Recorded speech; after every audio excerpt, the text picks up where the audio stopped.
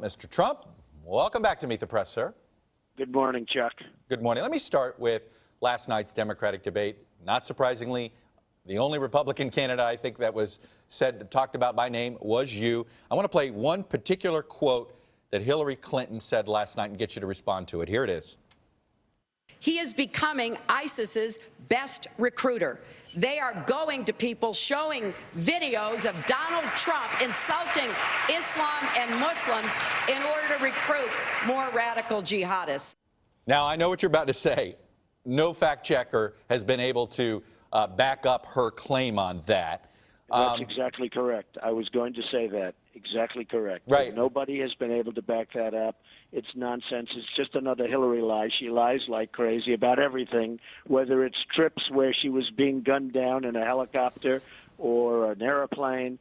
She's a liar, and everybody knows that. I mean, but she just made this up in thin air.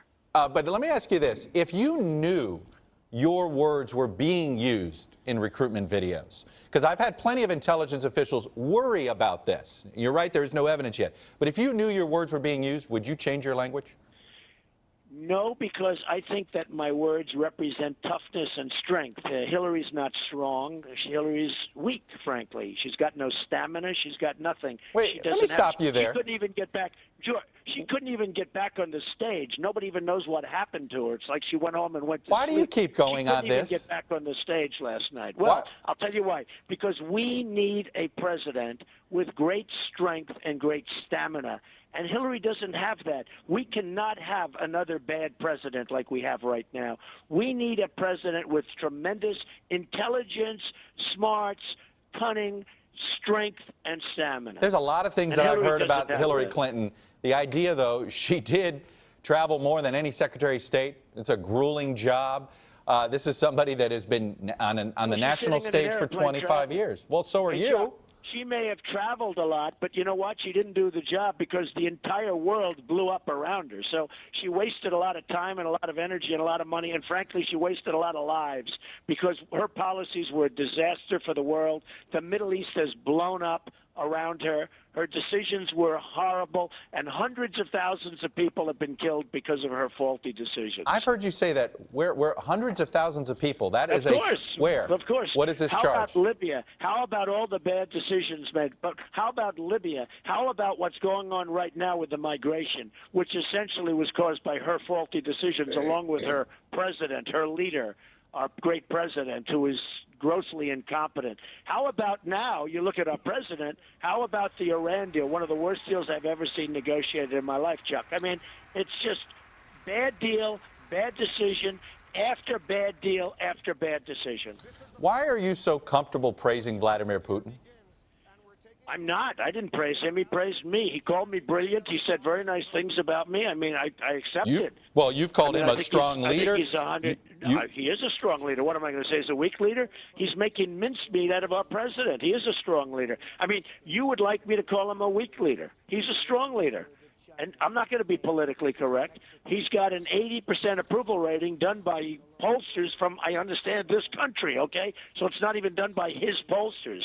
He's very popular within Russia. Now, that may change, but I didn't say anything one way or the other. He came out with a very nice statement about me, and I said, that's very nice. I'm honored by it. And it would be very nice if we got along with Russia, Chuck. It's not a bad thing. It's a good thing. He cannot stand our president. He doesn't like President Obama. I think it would be a positive thing if Russia and the United States actually got along and they could work to the mutual good of getting rid of ISIS and clean things up. I mean, right now we don't get along with them at all. Right, but right now, Vladimir Putin is the best ally Iran has around the world and the best ally that Assad has in Syria. By making the horrible deal, one of the worst deals I've ever seen made in my entire life, giving them $150 billion, 24-day check periods, which don't start for a long time after that, 24-day check periods, self-inspection. We don't get our prisoners back, our 4 prisoners. We don't get them back. We gave them $150 billion. We happen to be, in its own sick and horrible way, we happen to have been one of the great allies of Iran, if you want to know the truth. And by the way, just to add to that, we also handed them Iraq on a silver platter. We gave them Iraq with the second largest oil reserves in the world. They're taking over Iraq as you speak to me this morning. So we gave them one of the best deals ever made. And by the way, they're taking that money now, and they're giving it to Russia and others where they're buying armaments, which nobody ever reports. Do you stick by the idea that the Middle East would be more stable today with Saddam Hussein and Gaddafi in power? 100%, 100%. There's not even is there even a doubt in your mind? And you wouldn't have the migration, and you wouldn't have people coming over to this country that we have no idea who they are. And if I win, they're going to have to go back because we have no idea who they are. And if you become president, 100%. do you let Assad? Do you let Assad stay? Do you let Assad stay? Well, you can't fight Assad and ISIS at the same time. You have to fight ISIS first. And I don't say Assad is good. That's exactly what Bernie Sanders believes, by the way. You and Bernie Sanders are in line on this. And I agree with him on that.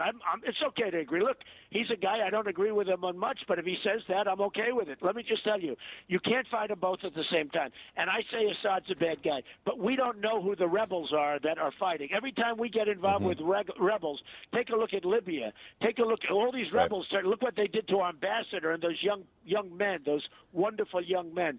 Every time we get involved in Benghazi, I'm talking about, every time we get involved with rebels, the rebels, they call them the freedom rebels, always nice names, it ends up being far worse than the people that were there in the first place. So Assad is not a good guy, but the people that we're backing, a lot of people think they're ISIS, that we're actually backing ISIS.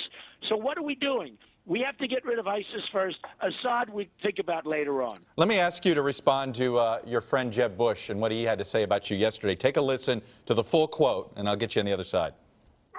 Just one other thing, I got to get this off my chest. Donald Trump is a jerk. Thank you. I feel better now. I gave myself therapy there. Thank you for allowing me to do it. Well, this has escalated between you and Mr. Bush. Look, his people gave him that quote. You could see he was just saying, okay, I'm ready now. I'm ready now to say it. Jeb is a weak and ineffective person. He's also a low-energy person, which I've said before, but he's a weak and ineffective person. Jeb, if he were president, it would just be more of the same. It would be just, he's got money from all of the lobbyists and all of the special interests that run him like a puppet. He's got 2% in the polls. I have 41% in the latest poll. He has 2%. He's going to be off the stage soon. He's an embarrassment to the Bush family. And, in fact, he doesn't even want to use the Bush name, which is interesting. Jeb is an embarrassment to himself and to his family. And the Republican Party has essentially – they're not even listening to Jeb. Jeb is saying that. By the way, Jeb is only saying that to try and get a little mojo going. But in the meantime, I went up 11 points in the new Fox poll. I went up 11 points after the debate, and he went down 2. Very quickly, why has Ted Cruz caught you in Iowa? We can dispute whether you're ahead by a point or 2, whether he's ahead by 5 or 6, but the fact of the matter is Ted Cruz has caught you in Iowa, and he might beat you in Iowa. Chuck, I just got back from Iowa last night. I was there for a long time yesterday. We had a tremendous rally. And frankly, I think we're doing great in Iowa. I don't know. I mean, I can't tell you who caught who. I think Ted is doing well and I'm doing well. It looks like a two-person race because everyone else is way behind. But I'm doing really well with the evangelicals who I love. I'm doing really well with every group, with the Tea Party groups, everybody. I mean, I can only speak for myself. We really have a good team in Iowa, and I'll find out. Let's see what happens on February 1st. But Ted is doing well there, and I'm doing well there. And if you look at the numbers in New Hampshire, I mean, I'm through the roof there. And in South Carolina, I'm through the roof there. I mean, I'm way ahead in those 2 states. And Ted and I are pretty even, although the last 3 polls have me up in Iowa, as you know. Is it pretty fair to say that if you're not the nominee, you'd prefer Ted Cruz? No, I don't want to say anything about that. But Ted has been very nice to me, very respectful, very almost in every single instance he backs my ideas. And probably more so. And Ben Carson's been very nice also. I mean, I've had people, look, I get along with a lot of believe it or not, I get along with a lot of the people on that stage. But Ted has been very nice to me, yes. Well, I think everybody right now except Mr. Bush. Donald Trump, I have to leave it there. Have a Merry Christmas. Happy New Year.